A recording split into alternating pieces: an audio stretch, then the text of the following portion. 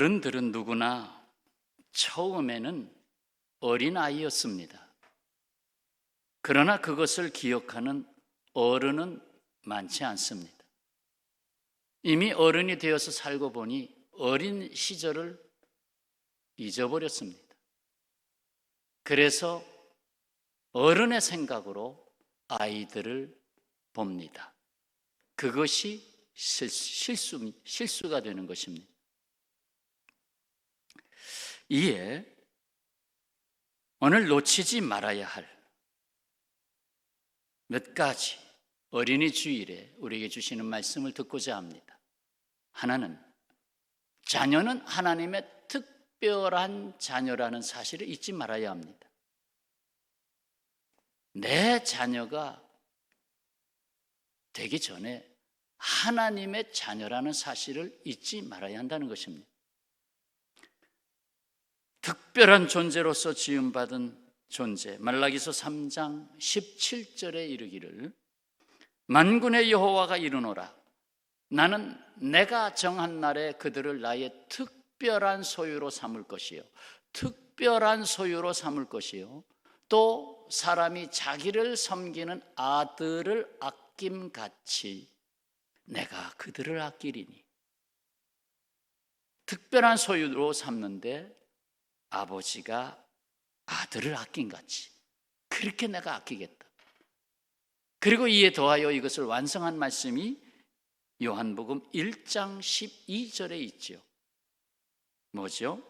영접하는 자 곧 그 이름을 믿는 자들에게는 하나님의 자녀가 되는 권세를 주셨으니 하나님의 자녀.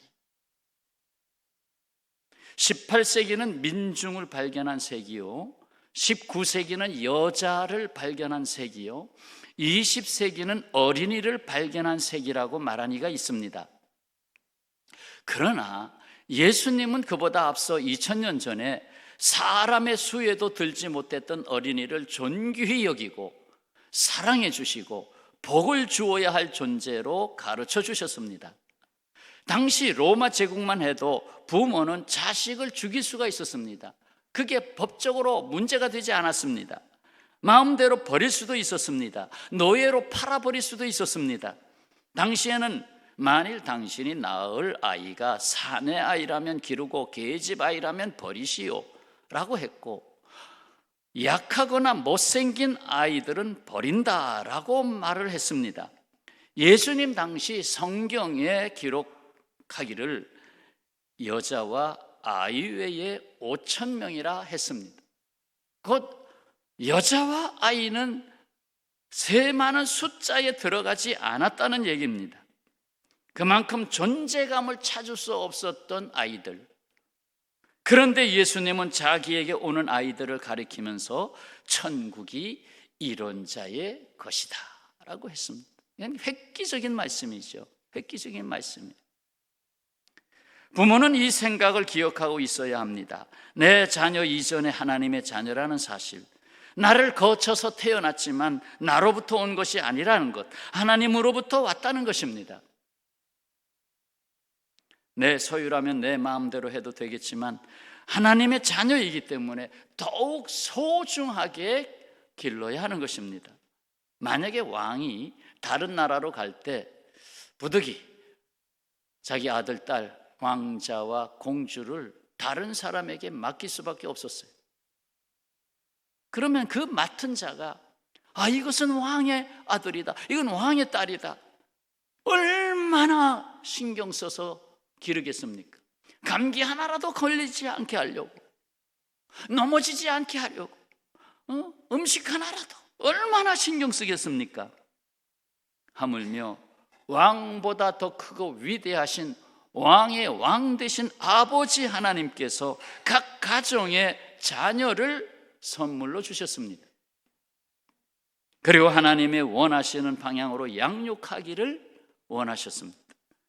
그렇지 않으면 부모의 욕구를 위해서, 부모의 대리 만족을 위해서 자식을 키우고 결국 자식이 자신을 위하여 쓰여지는 도구나 우상이 될 가능성이 있는 것입니다. 영국 어느 교회에 집사들이 모였습니다. 그리고 목사님과 함께 교회 문제를 의논하게 되었습니다. 그 중에 어느 분이 목사님, 교회가 부흥이 안 됩니다. 올해는 단 한 명의 교인도 늘지 않았습니다. 그때 목사님이 뭐라고 대답했겠어요? 그렇습니다. 나도 잘 알고 있습니다. 참으로 전도가 안 되는 최악의 해였습니다. 그렇지만 교인 한 사람이 오기는 했습니다. 그는 모페트라고 하는 어린 아이입니다. 너무 어린 아이라서 교인이라고 말씀드리기가 어렵습니다마는 그런 후 세월이 흘렀고 이 모페트는 육체적으로 성장하고 또 함께 구원에 이르는 믿음도 자라났습니다. 성인이 되었습니다. 선교사가 되었습니다. 19세기 유명한 아프리카 선교사로서 일생을 헌신했습니다. 원주민 언어로 성경 전체를 번역했고 찬송가를 지었고 후배 선교사들이 일할 수 있는 복음적 기반을 닦았습니다. 그의 사위는 여러분도 잘 알고 있는 사람, 아프리카의 선교사 하면 이 사람 이름을 기억하죠. 데이빗 리빙스턴. 데이빗 리빙스턴. 선교를 위해서 탐험한 사람. 모페트의 후계자가 되어 아프리카 선교사로서 평생을 바쳤죠. 영국 왕도 그 앞에서는 모자를 벗고 그에게 경의를 표했다고 하지요. 어린아이 하나, 어린아이 하나가 어떤 사람이 됐느냐? 하나님에게는 손자가 없다. 자녀들만 있을 뿐이다. 누가 한 말일까요? 하나님에게는 손자가 없다. 다 자녀다. 미국의 인도 선교사 스탠리 존스가 한 말로서 우리에게 깊은 생각을 남겨주고 있어요. 또 잔잔한 감동을 남겨주고 있어요. 그렇습니다. 내 자녀이기 전에 하나님의 특별한 자녀입니다. 자, 두 번째 사실, 부모는 자녀가 예수님 안에서 꿈꾸며 성장하도록 예수 안에서 양육해야 합니다. 어려서부터 나를 지으신 하나님을 알고 예수께서 내게 어떤 분인가를 알게 된다는 것은 평생, 나아가 영생을 좌우하는 중요한 사실입니다. 평생을 좌우하고 영생을 좌우하는 것입니다. 디모데후서 3장 15절. 자, 오늘 말씀 한번 다 같이 읽겠습니다. 또 어려서부터 성경을 알았나니 성경은 능히 너로 하여금 그리스도 예수 안에 있는 믿음으로 말미암아 구원에 이르는 지혜가 있게 하느니라. 아멘. 오늘 말씀 제목이 어려서부터라는 말씀이 나왔죠. 어려서부터. 탈무드에 이런 교훈이 있습니다. 아이들을 가르친다는 것은 어떤 것인가? 그것은 백지에 무엇을 그리는 것과 같은 것이다. 백지에 새로운 꿈이 그려진다는 얘기죠. 반하여 노인에게 가르친다는 것은 어떠한 것과 같은가? 이미 많이 쓰여지고 이미 더 이상 쓸 자리가 없어서 여백을 찾아서 여기 조금 쓸까?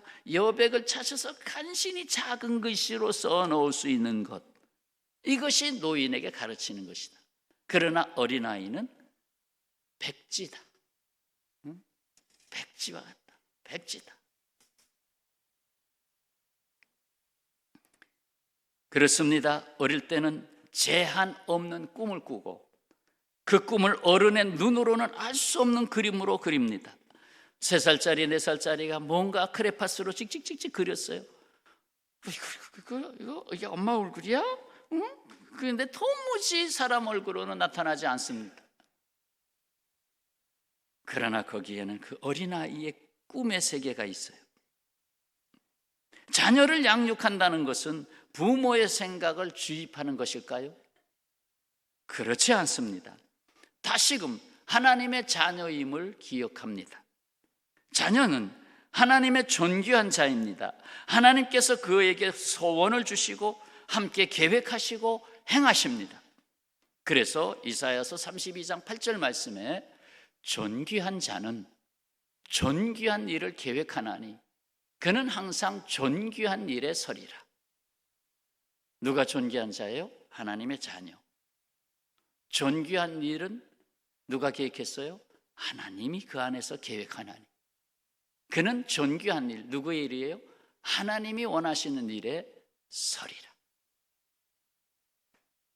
미국의 독립전쟁과 7년 전쟁의 역사화를 그린 미국의 벤저민 웨스트라는 세계적인 화가가 있습니다.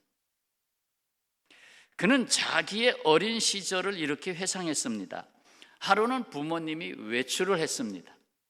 그때 동생과 함께 집에 있는데 그림 물감을 다 풀어가지고 여동생을 그린다고 막 그리는 것입니다. 그러니까 막 물감이 그냥 여기 이렇게 막 탁탁 튀고 여기저기 난장판이 됐습니다. 지저분하게 됐습니다. 잠시 뒤에 부모님이 외출해서 돌아왔습니다. 집에 들어가 보니 방이 엉망이었습니다. 엉망이었어요. 벤저민은 엄마 아빠가 들어오실 때 겁이 덜컥 났습니다. 이거 야단 맞겠다. 이거 야단을 맞겠다. 호되게 야단 맞겠다. 그런데 한마디도 부모는 언급을 하지 아니하고 오히려 칭찬을 했습니다. 야, 우리 벤자민이 그림을 엄청나게 잘 그렸네. 보니까 딱 너의 누이 동생이구나 하고 칭찬해 줬습니다. 끌어안아 줬습니다. 머리를 쓰다듬어 주었습니다. 격려하고 입을 맞춰 줬습니다. 후에 벤자민은 내가 세계적인 화가가 될 수 있었던 것은 그때 부모님의 격려와 입맞춤 때문이었다라고 했습니다. 나중에 인터넷에 가서 벤저민 그 그림을 한번 봐보세요. 참 엄청나게 참 역사화로서 현장감 있게 아주 잘 그렸어요. 만약에 그때 부모가 들어와서 집안이 그냥 엉망이야, 여기저기 막 벽지까지 튀고 한마디 나오네. 야, 뭐 했어? 이게 뭐야?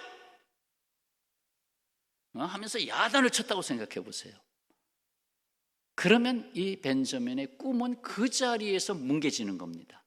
그 자리에서 뭉개지고 다시는 그림을 그리려고 하면 그 야단만 생각나는 거예요. 크레파스만 딱 들으면 부모가 호통치던 것만 생각나는 거야. 그러니까 학교에서 미술 시간이 되면 그림 그리기 싫은 거야. 그런데 칭찬을 해줬잖아. 사람이 변하는 것은 비난에서 변하는 것이 아니고 격려에서 변하는 것입니다. 부족해도 칭찬해주고 격려하고 축복해주면 그만큼 성장하는 것입니다. 칭찬은 고래도 춤을 추게 한다고 하지 않았습니까? 부모나 교사의 역할은 하나님이 이미 그 자녀에게 담아 놓으신 것을 꺼내도록 도와주십니다. 예수님이 이 땅에 왜 오셨습니까? 그걸 꺼내주려고 오신 것입니다. 그래서 그를 위해 사랑해주고 칭찬해주고 축복하고 기도해주는 것입니다. 찌그러진 둥지의 알은 찌그러진다는 말이 있습니다. 찌그러진 둥지의 알을 낳은 것은 찌그러진다. 부모라는 둥지가 찌그러지지 않도록 부모로서 내가 그리스도 안에 온전히 머물고 있는지 살펴보아야 할 것입니다. 예수 그리스도께서 가정이라는 둥지에 들어가시면 주님이 주시는 꿈을 꾸게 되고 언젠가 그 꿈이 실현되는 것입니다. 어때요? 우리 가정에 예수 그리스도께서 들어와 계신 둥지가 되었나요? 세 번째 사실, 매일매일의 삶에서 주의 말씀과 기도가 앞서도록 양육되어야 합니다. 순서가 뭐냐 이거죠. 순서가 곧 어려서부터 성경책을 사랑하고 어려서 받은 성경, 엄마가 성경책 하나 한번 가보자, 네가 원하는 거 하나 골라라, 이쁜 성경. 어려서부터 성경책을 사랑하고, 그래 오늘도 한 장 읽자. 그리고 어려서부터 기도의 손을 모아서 하나님 사랑해 주셔서 감사합니다. 어려서부터 손을 모으면 오늘과 내일 먼 장래까지 큰 은혜가 아닐 수가 없습니다. 놀라운 지혜가 아닐 수 없습니다. 이 어두운 세상에서 큰 구원이 아닐 수가 없습니다. 여러분, 부모가 아무리 한다고 해도 오히려 하는 것이 잔소리가 될 때가 더 많습니다. 그러나 말씀에 붙잡히고 기도의 손이 모아지면 걱정할 필요가 없습니다. 다윗은 이 시편 71편은 다윗의 시편으로 보는 견해가 지배적인데요. 자, 71편 17절 말씀 다 같이 읽을까요? 하나님이여 나를 어려서부터 교훈하셨으므로 내가 지금까지 주의 기이한 일들을 전하였나이다. 어려서 말씀을 접했는데, 어려서 부모의 품에서 내가 말씀을 접했는데 이제 성년이 돼서 지금까지 주의 기이한 일을 드러나게 되었습니다. 그렇습니다. 어려서부터 성경을 펴는 아이들, 어려서부터 하나님을 사랑하는 아이들, 예수님을 부르는 아이들은 달라도 확실히 다릅니다. 하나님은 내가 거룩하니 너희도 거룩하라 하셨습니다. 거룩은 다르다라는 뜻입니다. 이 세상 것과 구별됐다는 뜻입니다. 세상으로 함께 떠내려가는 것이 아니라 하나님이 부르심에 귀를 기울이고 하나님의 선하시고 기뻐하시고 온전하신 뜻이 무엇인지 알아 그 뜻을 따라가는 것입니다. 이 말씀, 이 세 가지는 저도 자꾸 늘 기억하고 다시 반복하는데요. 선하시고 기뻐하시고 온전하신 하나님. 어디 있어요? 로마서 12장 2절에 있어요. 이에 사도 바울은 우리에게 분명한 말씀을 전하고 있습니다. 디모데전서 4장 5절 말씀, 저에게 두 번째 신조가 되는 말씀을 소개해달라고 그러면 저는 이것을 드릴 것입니다. 하나님의 말씀과 기도로 거룩하여 짐이라. 세 번째 신조를 말해달라고 그러면 이걸 말할 것입니다. 너희는 먼저 하나님의 나라와 그 의를 구하라. 첫 번째가 뭐였죠? 주께 붙잡힌 바 된 것을 잡으려고 쫓아가노라. 그게 제 첫 번째 신조, 붙잡아 주신 은혜.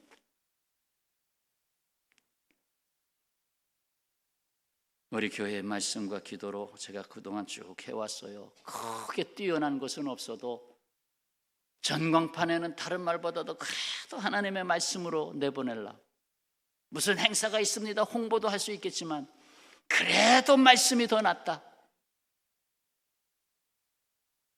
어떤 어머니가 자식의 몸을 씻기면서 옷을 빨면서 한 기도를 소개해 드리겠습니다. 어린 자식의 몸을 씻어주면서 어린 자식의 옷을 빨면서 주여 언제나 이 발이 깨끗하고 참되어 좁은 길을 걷게 하소서. 주여 이 작은 손이 지극히 작은 임무를 항상 감당하게 하소서. 주여 그의 무릎이 승리를 얻고 당신께 훈장을 타는 무릎이 되게 하소서. 주여 이 아이가 입은 옷이 영원한 시대를 지나도록 당신의 의의 예복이 되게 하소서. 주여 물과 비누가 당신의 정결에까지 미칠 수 없나이다. 그의 손과 발은 내가 씻을 수 있으나 이 아이의 마음은 당신께 맡기나이다. 리베르그라고 하는 사람의 기도입니다.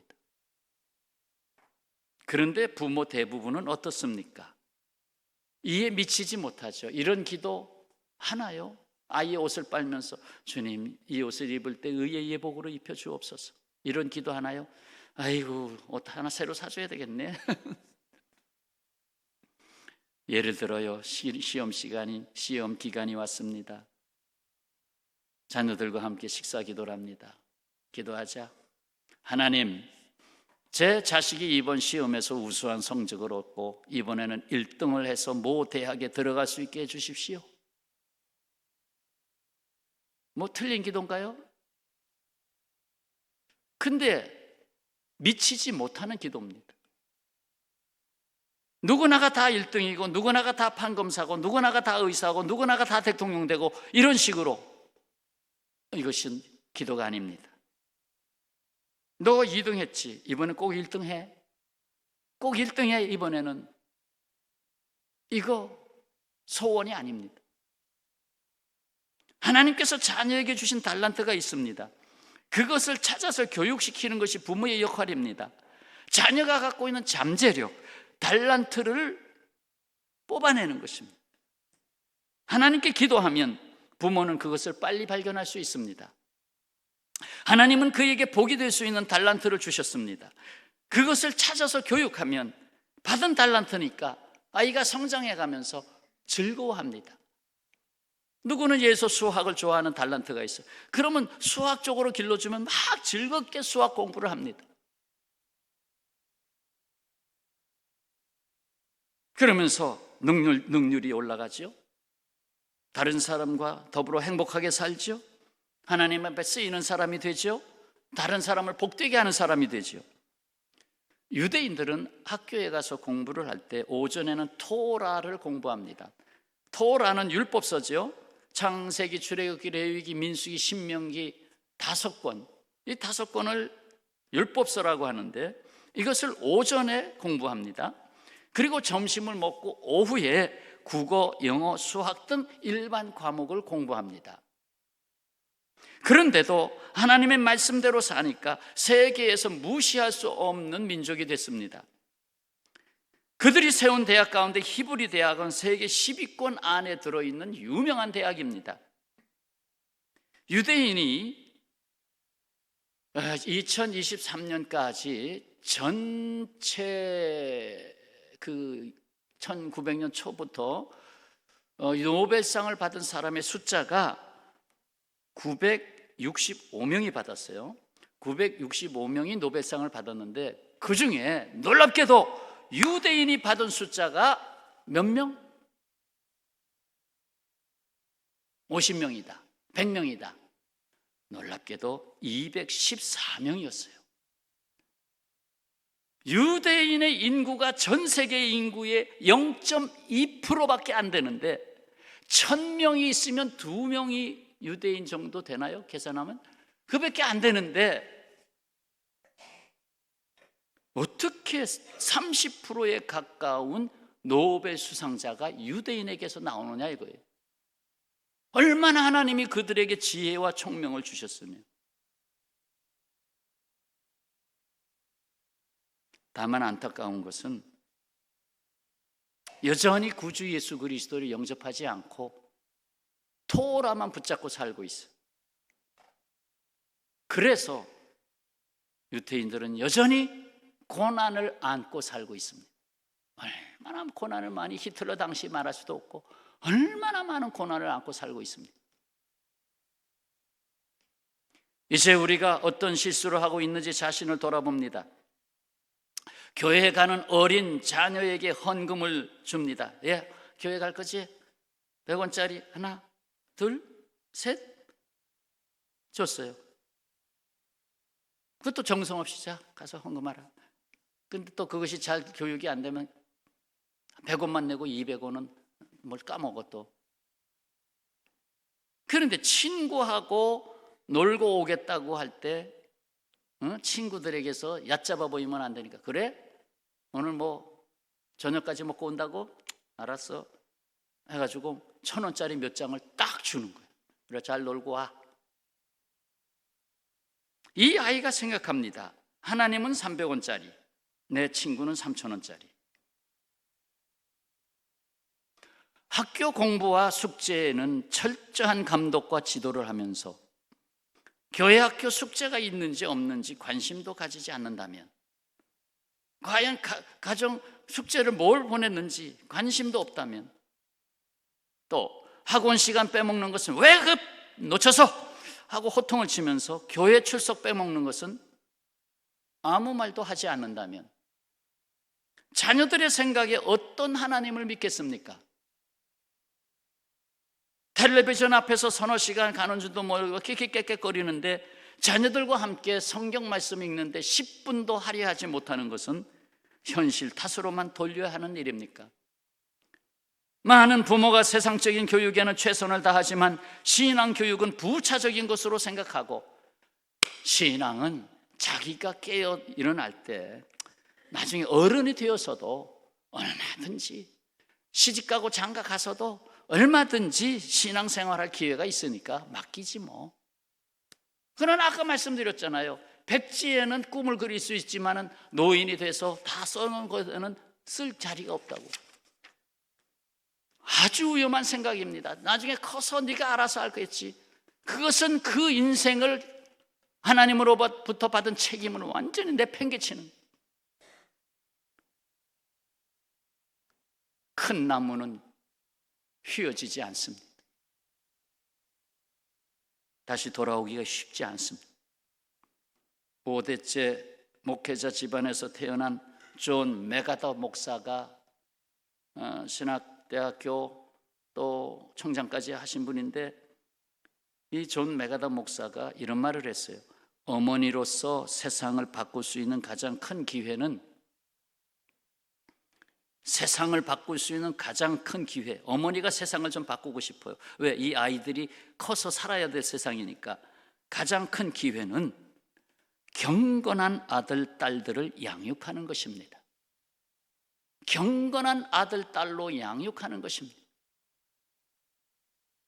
하나님의 자녀로 양육하기 위한 자녀교육 10계명을 다듬어 보았습니다. 다른 자료도 참고하고, 그리고 제가 좀 많이 손질을 해가지고 10가지를 이렇게 만들었습니다. 한번 보십시오. 오늘 말씀의 결론이자 적용입니다. 하나는 하나님을 사랑하고 이웃을 사랑하며 자신에게는 성실한 삶을 살게 한다. 3가지, 하나님, 이웃, 자기.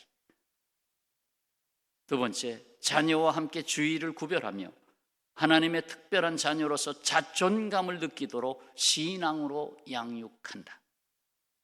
3째, 말씀과 기도 생활하도록 도우며 하나님의 자녀로서의 꿈을 경험하게 한다. 하나님이 내게 주신 소원이 무엇인가?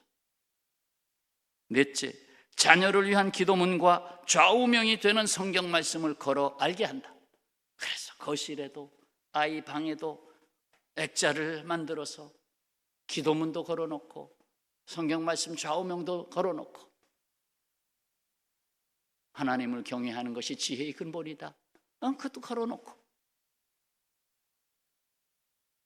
5번째, 하루에 한 번 이상 칭찬과 격려와 축복을 하기를 잊지 않는다. 6번째, 부모의 목표를 강요하지 말고 자녀의 달란트를 찾아서 이끌어준다. 7번째, 부모는 자녀와의 약속을 지키고 그리스도를 닮는 신앙생활에 본을 보인다. 8째, 부모도 실수가 있으니 잘못한 것은 자녀에게 지체하지 않고 사과한다.